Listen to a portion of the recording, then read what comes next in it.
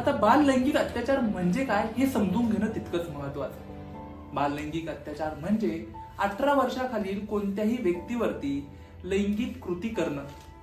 आता ही लैंगिक कृती 2 प्रकारे असू शकते. बाल लैंगिक अत्याचाराचे मुख्यतः 2 प्रकार पडतात. एक म्हणजे स्पर्श करून केला जाणारा अत्याचार आणि दुसरा म्हणजे स्पर्श न करता केला जाणारा अत्याचार.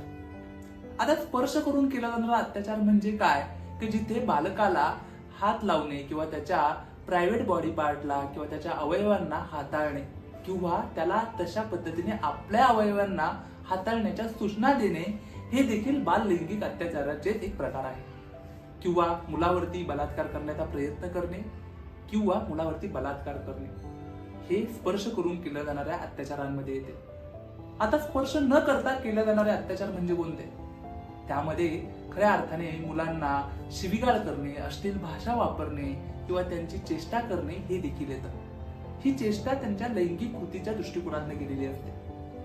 तसेच मुलांना अश्लील व्हिडिओ पाठवणे, अश्लील रील पाठवणे किंवा त्यांना अश्लील व्हिडिओ दाखवणे हे देखील स्पर्श न करता केले जाणाऱ्या अत्याचारांमध्ये येतं. इतकंच नाही तर लहान मूल एखादे कपडे बदलत असेल किंवा आंघोळ करत असेल त्याला चोरून बघणे हे देखील स्पर्श न करता केल्या जाणाऱ्या अत्याचारांमध्ये येतं आणि हे बाल लैंगिक शोषणाचा एक प्रकार आहे.